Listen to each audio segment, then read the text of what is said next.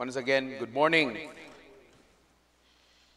How can we become salt and light in this world? Saan na to nga mahimot ang asin og suga ni ini nga kalibutan? In order for us to do that, we must become like Jesus, or we must reflect Jesus in our lives. Aron nga mahimot ang suga og asin ni ini nga kalibutan, kinahanglan nga makita sa atong kinabuhi ang hulagway ni Kristo, or ang atong kinabuhi mismo hulagway sa kinabuhi ni Kristo. As Jesus became salt and light in this world for everyone, so that we will also become salt and light alang sa atong mga isig katao, we are called to take up on this challenge. Gitawag kita nga ato ning pagadawaton kini nga hagit nga mahimong asin ug suga nini nga kalibutan. Ngano man tungod kay sayon ra kay ning ilitok, no? Pero apan lisod kay buhaton, no? Sayon ra kay musulti nga ako asin ug suga nini nga kalibutan, pero nakasabot ba gid ta? Hana, no? Ato nang hibaw-an karon. Ngano man asin ug suga ang gigamit ni Kristo nga mga hulagway, no, sa iyahang pagsulti niini. Nasayod ta nga ang asin mauni ang magdala og lami sa usa ka pagkaon, di ba? Kanang pagkaon nga walay asin, wagi lami, tab-ang, no? Kinasayod ta nga ang asin, no, ang iyang pagkaparat, bisang asa nimo na siya nga pagkaon ibutang, mulami gid ang pagkaon, no? Bisan pagani og kanang ambot kung nakasulay na ba mo, pero one time gisulayan ako nga nahotdang asin sa balay. Nya kapuya naman ko nga mo adto pas tindahan kay nakoy giluto. So akong gihimo, nakita man ko og magic sarap, akong gitestingan. So butangan ako gamay, naabi na ako mulami na. Wa pa man gihapon, so gidugangan na sad. Murag halos siguro duha or tulo ka pakiti siguro. Magic sarap. Wa mo magyapon mo lami akong pagkaon, no? So akong palong akong kalayo sa akong giluto. Unya niadto ko og kanang kuan, niadto ko og tindahan, nagpalit og asin. Unya una-una nako nga gamay lang ko ibutang asin kay daghan ra ba kay ni og magic sarap. So Ginoo ko basi mga guba atong kidney na ni. So gibutang og gamay. Ay ha pa sa nilami. Ingko nga matay na ara gid asin ra gid ay sikreto gid no, kanang basic nga pampalami gid sa pagkaon baga kumbaga kanang wala na nang ubang lamas diya, ubang kanang mga magic sarap sa panahon mga ginisa mix, ajinomoto, uban pa. Pero ang pinaka-importante baka nang natural bitaw nga pampalami gid sa pagkaon nga kanang makita ra nimo sa palibot ba asin gid ay mo nilang ingon day nga bahala kanang mailang gid kuno nimo nga nagkalisod na ang tao kay maskin asin wa na diya silang balay, no?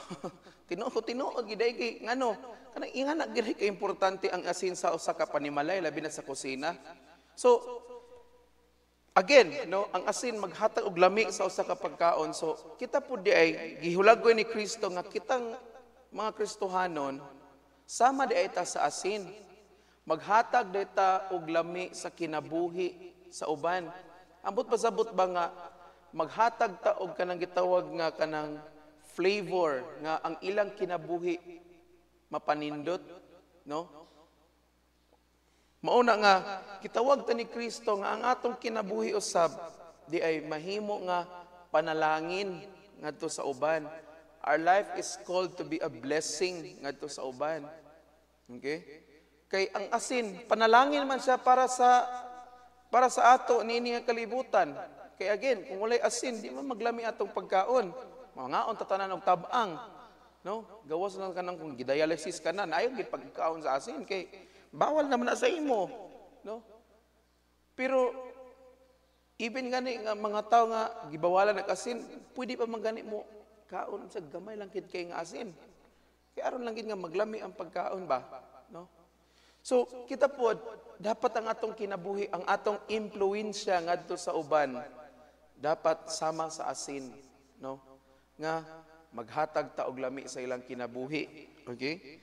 Ikaduha, nganong gigamit man ni Kristo ang suga, no? Mahimo daw tang asin ug suga. Anong suga man? Okay? Kay sama sa atong ebanghelyo nag-ingon nga ang suga kuno, okay, sa usa kuno ka bungtod, dili daw na ibutang dito sa ilalom. Dito gid kuno na sa pinakaibabaw. Kay kung imo na ibutang sa ilalom, walay makakitahan na nga suga. Okay? O na nga ang sa mga bungtod kuno, ang suga gid kuno naagid sa pinakataas nga bungtod. Dapat kita pod mga igsoon ang atong kinabuhi sama nga mahimo tang suga ini nga kalibutan. Pero kanang pagkasuga nato dili nato na taguan. Kay kung taguan nato na unsaon na lang paghatag nato og kahayag sa uban, no? Dapat daw matupad ni Kristo sa atong ebanghelyo, ang lampara daw ibutang gid kuno sa iyang tungtunganan. Kay kung dili nimo ibutang sa iyang tungtunganan, example, nagpalampara ka or bisag dili lang lampara, kandila, no, na burn out. As normally ato ginang ginabutang, ginatungtong ginato ng kandila. Ngano man, kay pag itungtong nimo na sa usa ka butang o sa usa ka lugar nga habog-habog, okay? Ang iyang kahayag mukuyanap, mukalat ba? Okay? Pero kung ibutang sa ilalom, ang mahayagan ra katora pong narito sa ilalom, unya, ang imo makita anino, puro anino ba? Magbanda-banda sa dingding. Di na nun hayag. Ingana atong kinabuhi. Ang atong pagkapanalangin nato kay asin man ta, dili nato angay taguan. Dala nato ang kahayag ni Kristo sa atong kinabuhi. Mahimo datang kahayag sa atong isig katawo. Labi na sa mga tao nga nawala sa ilang kinabuhi. Kanang mga tao nga nagpuyo pa sa kangit-ngit. Ang atong kinabuhi mismo, kahayag ni magdanag ang atong kinabuhi nga every time makita ta nila, dili sila makaingon nga nasamutan may naonig kangit-ngit akong kinabuhi sa diya nga nailat ka. Dili ba? Kay panalangin na biya tadaan. So kung panalangin dayta, kita di ay ang magdala sa atong mga kaigsuunan ngadto sa kahayag. Okay? O kining duha, kining asin og suga. Okay?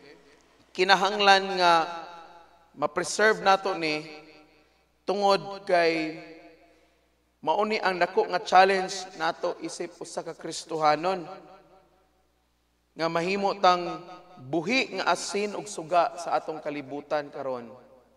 Okay? Atong pangutan-on ang atong kaugalingon sa atong kaugalingon nga kapasidad. Bisag diha na lang sa atong pamilya ug sa atong komunidad. Nahimo ba ta nga asin ug suga? No? Sa atong pamilya nahimo ba tang asin ug suga? Or kita nahinuon ang kapandulan sa atong kaugalingon nga pamilya? No? Ato pangutan nato kaugalingon, isip usa ka asin, no? Napanindot ba nato, nakahatag ba ta og kaanindot or lami sa kinabuhi sa atong kaugalingon nga pamilya? Or kita na hinuon ang nagpapait na hinuon sa kinabuhi sa atong kaugalingong pamilya, no? Isip usa ka suga, ato bang gidala sa kahayag ang atong kaugalingon nga pamilya? Or kita na hinuon ang nagpangit-ngit og samot sa ilang kinabuhi, no? Sa atong komunidad, sa atong mga sa atong mga silingan, okay? Diya sa atong barangay, kung asa man ta nagpuyo. Ang ato bang kinabuhi, asin og suga ba? Or mas nailhan na hinuon ta nga mga notorious hinuon sa atong barangay, nailhan na hinuon ta nga mga libakiro, mga palaaway, bilabtonon, uban pa.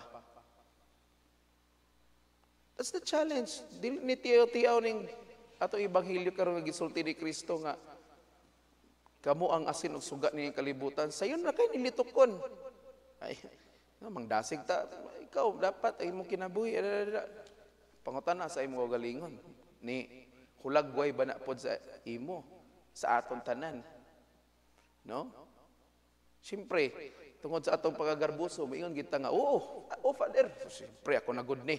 Kuan ko, nagad ko, ana. Pero ato paging palaw mo ni. No? Kay kini nga misyon nga gihatag ni Kristo, kini mahimong suga og asin, mahitabo lamang ni pinaagi usab sa tabang sa Espiritu Santo. Okay? Mabitaw atong Domingon, atong giselebrar ang Pentecostes. No? Ang paghinumdom sa pag-abot sa Espiritu Santo ngani kanato. Ug ang usa sa gahom nga gihatag sa Espiritu Santo kanato is atong mapuy-an ang atong pagtuo kang Ginoong Hesukristo. No? Maghatag kanato og gahom ang Espiritu Santo nga matabangan ta sa atong mga kahuyangon, no? Og atong mapakita sa atong kinabuhi ang gahom, okay, sa Dios pinaagi sa Espiritu Santo. Mauna nga dili unta taangay nga malimot, okay, sa nga mahimo tang asin og suga nini nga kalibutan, no? Ato nang tangtangon ang kanang kinaiya nato nga ako ug ako ra, no? Kanang tulo ka ako ug ako ra. No? Say naman tay kinaiya god, bahala nang uban diha. Sa importante ako, maniguro na ko sa akong kaugalingon. Dili nga na ang tawag nato nga mga Kristohanon. No? Wala ta gitawag aron maniguro sa atong kaugalingon, maniguro sa atong kaluwasan. Dili na mao tawag sa ato sa Dios. Ang atong tawag is mahimo tang asin ug suga. Okay? Og sugdan nato, kung wala pa ta nakasugod, atong sugdan nga atong puy-an sa atong kinabuhi, nga makita sa atong kinabuhi ang mga pagtulun-an ni Kristo. No? Ang tanan nga atong nadungog sa simbahan, ato nang sugdan nga atong i-apply sa atong kinabuhi. Dili kay igo lang nato nga nadungog. No? Daghan mga Kristohanon karon nga igo nakabati sa pulong sa Ginoo, pero igo ra pud nakabati, no? Igo ra nasayod, no? Ang uban manginsayod ra ba? Nakabala, ingana day nang sulti sa Biblia, ingana day nang sulti ni Kristo. Pero dili walay effort nga i-apply sa kinabuhi, dili na pwede. No? Labi na kung ikaw sa Kristohanon, dili pwede nga igo lang ka nakadungog og nasayod nga mao day na ang gisulti sa Biblia, mao nang gisulti ni Kristo. Dapat igo ka na nakabati, nasayod og imo ginam i-apply sa kinabuhi. Nya diri ra ba ta say mabagsak kaning pag-apply na kung sa eskwelahan pa na dili lang pwede nga theory ra tatanan. Dapat na ay practical exam. Mabitaw nga sa eskwelahan, magpa-exam ginang maestra or maestro. Ngano man, aron masukod kung ang estudyante naaba ginakatunan o wala. Dili pwede nga sige lag tudlo, nahuman na lang tuig, sige lag yaw-yaw ang teacher. Dili pwede. Dapat na agi practical application. Nga ang gitudlo sa maestro o maestra, aron masukod kung epektibo ba ang iyang pagtudlo ug labaw sa tanan nakakat-on ba gyud mo na magpa-exam. Okay? Pero sama gyapon sa exam usay sa atong kinabuhi mura gyapon ta og tinuod kunuhay nga nagkinabuhi sa mga pagtulun-an sa Ginoo, pero ang ending nangupya ra gyapon ta sa atong kaubang nga Kristohanon. Amura pong eskwelahan ba nakapasar lagi, bisag way suod-suod, pero nangupya man. No? Way tuon-tuon, kapasar, nangupya man. Mga igsoon, sa Kristohanong kinabuhi, kung mangupya na manggaling ka sa imong isig kataw, pwede ka pa mangupya diri, pero pag abot sa katapos sa kadlaw, way kopyahan na inig kaluwasan.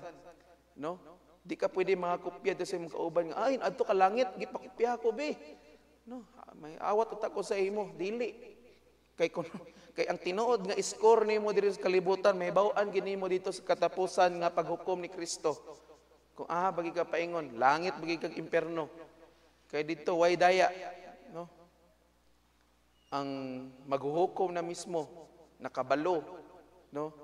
Kung unsay imong agi niini nga kalibutan, mao na nga kita pod. Ang Dios nakabalo kung kinsa kanato ang tinuoray nga nagpuyo sa iyang mga sugo, tinuoray nga nag-apply sa iyahang mga pagtulunan niini nga kalibutan. Okay? Pwede nimo mailad ang tao nga kunuhay naka-apply kunuhay ka sa mga natun-an nimo simbahan, pero ang Ginoo di nimo mailad.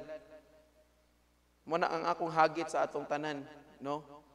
Kamo ug ako, kitang tanan wala exempted. paningkamot kita nga puy-an nato ang mga pagtulunan ni Kristo nga mahimo kitang asin ug suga. Kay lisod kay mga igsuon kon ang atong kinabuhi kapandulan sa uban. Lisod kaayo nga tungod lang nato ang uban dili na ganahan mo ila sa Ginoo tungod sa ato. No? Ambot na ay uban tawo nga madaw nga kaya na nilang dawaton nga kanang okay lang sa ila nga bahala mo ingon pang uban garbo ba bahala mo diya no makulabot ninyo dili dapat tingana ang atong attitude no dili ta mo sugot nga tungod kanato ang uban nga nakaila na og nanay relasyon sa Ginoo mawala na hinuon tungod lang sa ato tungod sa atong kinaiya tungod sa atong mga bidya nga mga batasan tungod sa atong mga sala tungod sa atong mga di maayo nga buhat, uban pa. That's why, always remember, you are blessed to be a blessing ngadto sa uban. Gipanalanginan ka sa Dios aron mahimo kang panalangin ngadto sa uban. So ipakita sa imong kinabuhi, bisan sugod lang sadya sa imong pamilya, no? Mabitang usahay, subo kayo nga gustuhon man natong tanan no nga ang tanan membro niini nga simbahan tibuok pamilya muuban sa pagsimba muuban sa pagpangalagad pero usay uban lisod gyud nganuman dili lang tungod kay dili pa sila mosugot pero unsa magay rason nganong di sila mosugot okay kay kita pod nga nakaila na sa Dios nanatay kasinatian sa Dios wala nato puy ang atong pagkaasin ug pagkasuga og nagtuo gid ko no and I really believe nga kung atong puy-an ang atong pagkaasin ug pagkasuga niini nga kalibutan nga magsugod diya sa atong kaugalingon nga pamilya mismo ang atong pamilya musunod dayon pag ingon nga magsimba ta simba dayon ano man makita man nila sa ato nga na atong gipuy-an ang maong ehemplo no kanang mga sige ingon nga simba-simba gyapon mo gyapon batasan kana bisag kana sila makit kung aton tinuoray nga puy-an nga mga pagtulunan ni Kristo mismo sila di na mosulti ana kay makita gid nila nga naagi kausaban sa kinabuhi nagi kabag-uhan no ug before ta mosugod sa uban sugdan gid nato sa atong pamilya no kita labi na kita mga clergy kita mga ministers nag-alagad sa Ginoo nini nga simbahan sa nagkadaiya nga mga ministry no dili ta mahimong kapandulan sa atong pamilya